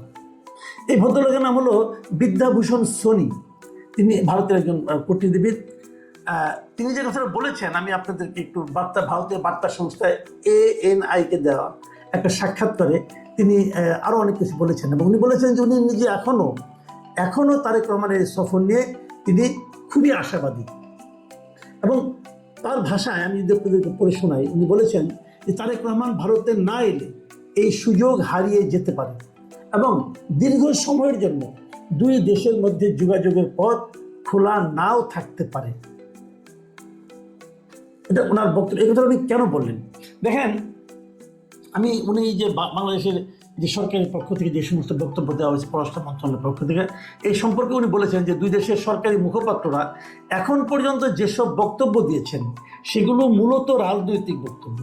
তবে দুই দেশের রাজনীতিবিদরা এই বিষয়ে সরাসরি কিছু বলেননি, তাই তারেক রহমানের ভারত সফরের সম্ভাবনা এখনো রয়েছে বলে তিনি মনে করেন। এবং তার মতে ভারত বাংলাদেশের মধ্যে যোগাযোগ বাড়ানোর এই সুযোগ কোনোভাবে হাতছাড়া করা উচিত নয়। তিনি বলেন মানে তারেক রহমান যদি না আসেন তাহলে এই সুযোগটি হারিয়ে যাবে, দীর্ঘ সময়ের জন্য এই যোগাযোগের পথ খোলা নাও থাকতে পারে। আমরা কেউ এই সুযোগ হারাতে চাই না, তাই আমি বেশ আশাবাদী। এবং তিনি আরও কিছু কথা বলেছেন। উনি যেমন বলেছেন যে উনি মনে করেন যে তারেক রহমান এবং বিএনপি তারা এখন পর্যন্ত ভারতের বিরুদ্ধে সরাসরি কিছু বলেনি, যে জিনিসটা নাকি ডক্টর ইউনূসের সময় এই অভিযোগটা ভারত কিন্তু করত, যে ডক্টর ইউনূসের সরকার সরাসরি ভারত বিরোধী কথাবার্তা বলতেন, কিন্তু তারেক রহমান এবং বিএনপি সরাসরি ভারতের বিরুদ্ধে তেমন কিছু বলেনি। এই বিষয়টাকে উনি খুব ইতিবাচকভাবে দেখছেন। কিন্তু তারপরেও প্রশ্ন হচ্ছে এটা আসলে কতটুকু সম্ভব। দেখুন, ভারত সফরে তারেক রহমানের যাওয়া না যাওয়া নিয়ে যে সমস্ত শর্ত পররাষ্ট্র মন্ত্রণালয় দিয়েছে, ধরা যাক এটা সত্যি এবং তারেক রহমান গেলেন না, তাহলে কি ভারতের সঙ্গে আমাদের সম্পর্ক, বাণিজ্যিক সম্পর্ক সব নষ্ট হয়ে যাবে? ভেবে দেখুন একটা, যখন একদিকে পররাষ্ট্র মন্ত্রণালয় এ ধরনের কথা বলছে, ঠিক এই একই সময়ে বাংলাদেশ থেকেই ভারতের কাছে কিন্তু অতিরিক্ত জ্বালানির জন্য এক ধরনের আবেদন করা হয়েছে যে আমাদের যে বাংলাদেশের যে জ্বালানির চাহিদা এটা মেটানোর জন্য ভারত যেন সহায়তা করে একই সময় কিন্তু। এবং এই বিষয়ে আজকে ভারতের পররাষ্ট্র মন্ত্রণালয়ের যে মুখপাত্র আছেন মিস্টার রণধীর জয়সওয়াল, তিনি ওনাদের সাপ্তাহিক যে নিয়মিত ব্রিফিংটা হয় সেই ব্রিফিংটা আজকে মঙ্গলবার হয়েছে এবং সেই মঙ্গলবার উনি এই প্রসঙ্গে বলেছেন যে বাংলাদেশের অতিরিক্ত জ্বালানি চাহিদা পূরণের আবেদন তারা খতিয়ে দেখছে। তার মানে আবেদনটা ভারতের কাছে বাংলাদেশের পক্ষ থেকে করা হয়েছে, কিন্তু কখন করা হয়েছে? যখন নাকি দুই দেশের শীর্ষ নেতার বসার যে মানে সম্ভাবনা ভারতের পক্ষ থেকে তৈরি হয়েছে, সেটাকে আমাদের পররাষ্ট্র মন্ত্রণালয় এক ধরনের কঠিন শর্ত দিয়ে আটকে দিয়েছে। তাহলে এখন কি হবে? বাংলাদেশ কি যাবে নাকি যাবে না? অথবা আমি যদি আইনগতভাবে ধরি, বাংলাদেশকে যে দাবিটা করেছে শেখ হাসিনাকে ফেরত পাঠাতে হবে এবং শহীদ হাদির যে হাদির যারা সম্ভাব্য হত্যাকারী, যারা নাকি সন্দেহভাজন হত্যাকারী আছে, তাদেরকে ফেরত পাঠানোর যে দাবিটা বাংলাদেশের পক্ষ থেকে তোলা হয়েছে, সেটাকে ভারতের পক্ষে মিটিয়ে দেওয়া খুব সহজে সম্ভব? এইসব প্রশ্ন কিন্তু আছে। আমি একটা কথা বলি, আপনারা ভাবুন একটা জিনিস, সেটা হলো যে যদি মানে এই জিনিসগুলো না মেটানো হয়, মানে আপনার হাদির সন্দেহভাজন হত্যাকারী অথবা শেখ হাসিনা অথবা আওয়ামী লীগের যে সমস্ত নেতারা ভারতে গিয়েছে, পালিয়ে গিয়েছে, যদি তাদেরকে ভারত ফেরত না পাঠায়, তাহলে আলোচনা যদি না হয়, তাহলে ভারতের সঙ্গে আমাদের যে অনেকগুলো বিষয় নিয়ে যে এক ধরনের জটিলতা আছে, এক ধরনের অমীমাংসিত বিষয় আছে, সেগুলোর কি হবে? যেমন ধরুন এই বছরের ডিসেম্বরে আমাদের সঙ্গে গঙ্গার পানি চুক্তি মেয়াদ শেষ হয়ে যাবে, তো আমরা কি তাহলে আর চুক্তিটা করবো না? অথবা সীমান্তে যে পুশ ইন পুশ ব্যাকের যে যন্ত্রণা, এটা কি এভাবেই চলতে থাকবে? এটার কি কোনো সমাধান হবে না? অথবা বাণিজ্য, আমাদের প্রচুর বাণিজ্য, আমরা ভারতে রপ্তানি করি, ওরাও আমাদের এখানে রপ্তানি করে, মানে আমরা আমদানিও করি রপ্তানি করি, আমদানি করি বেশি। আমদানিটা কেন করি? আমাদের প্রয়োজন বলেই তো করি। তো সেইগুলোকে আমরা আমদানি করতে পারবো না। ভারতের সঙ্গে আমাদের বিদ্যুৎ, ওরা আদানি থেকে আমরা বিদ্যুৎ নিই প্রতিদিনই, যে বিপুল পরিমাণ বিদ্যুৎ আমদানি, এটা কি বন্ধ হয়ে যাবে? এবং এগুলো সবগুলি হয়তো চলবে। যেমন আজকেও আমরা দেখলাম, আজকেও ভারতের একটা বাণিজ্য প্রতিনিধি দল তারা বাংলাদেশে এসেছে, তারা এসে বাংলাদেশের সঙ্গে অলরেডি মিটিং করছে। এই দলটার নাম হলো আপনার confederation of Indian industry, CII। এরা প্রস্তাব করেছে যে বাংলাদেশে ভারতের বাণিজ্য ও বিনিয়োগ সম্পর্ককে আরও এগিয়ে নিতে একটা ডিজিটাল ট্রান্সফরমেশন এবং অবকাঠামো বিনিয়োগ এবং অর্থায়ন নিয়ে দুটি যৌথ ব্যবসায়িক টাস্ক ফোর্স গঠনের তারা প্রস্তাব দিচ্ছে। এটা তারা আজকে বাণিজ্য মন্ত্রী আমাদের যিনি আছেন খন্দকার আব্দুল মুক্তাদির, ওনার সঙ্গে দেখাও করেছেন, দেখা করে আলোচনা। তার মানে একদিকে ও ধরনের বিরোধ চলছে, আরেকদিকে এ ধরনের বাণিজ্য আলোচনা চলছে। কাজে এগুলিকে হয়তো বলবেন যে দুই দেশের মধ্যে এভাবেই চলে, এটাই স্বাভাবিক ঘটনা। আমিও মনে করি এগুলি স্বাভাবিক। একদিকে দেন দরবার চলবে, আরেকদিকে মান অভিযান চলবে, আরেকদিকে কঠিন শর্ত দেওয়া হবে। তবে আমি পার্সোনালি মনে করি, আমার যেটা ধারণাটা আপনাদের সঙ্গে শেয়ার করে বক্তব্যটা শেষ করব। আমার ধারণা তারেক রহমান হয়তো যাবেন ওই আপনার ব্রিক্স সম্মেলনের আগেই, যে নাকি সেপ্টেম্বরের সেকেন্ড উইকে হওয়ার কথা, ব্রিক্স সম্মেলনের আগেই তারেক রহমান হয়তো ভারত সফরে যাবেন। এবং আমি ব্যক্তিগতভাবে মনে করি এটা যাওয়া উচিত। এই যে ধরা আছে না, যে শেখ হাসিনাকে ফেরত দিতে হবে, যে আমি একটা বেসিক প্রশ্ন এখানে একটু করি, আপনি একটু বিবেচনা করে দেখেন। ভারতের সঙ্গে আমাদের চুক্তিটা কি আছে? বন্দি প্রত্যার্পণ চুক্তি। শেখ হাসিনা কি বন্দি? ভাবুন, বন্দি কারা? শরীফ ওসমান হাদির যারা নাকি অভিযুক্ত যারা আছেন, তারা কিন্তু বন্দি কেন? তাদেরকে ভারতের আইন শৃঙ্খলা বাহিনী তাদেরকে গ্রেপ্তার করেছে। কি কারণে গ্রেপ্তার করেছে? যে তারা অবৈধভাবে তাদের দেশে অনুপ্রবেশ করেছে, এই অপরাধে গ্রেপ্তার করেছে। তার মানে তারা ওই দেশে একটা অপরাধ করে ধরা পড়েছে।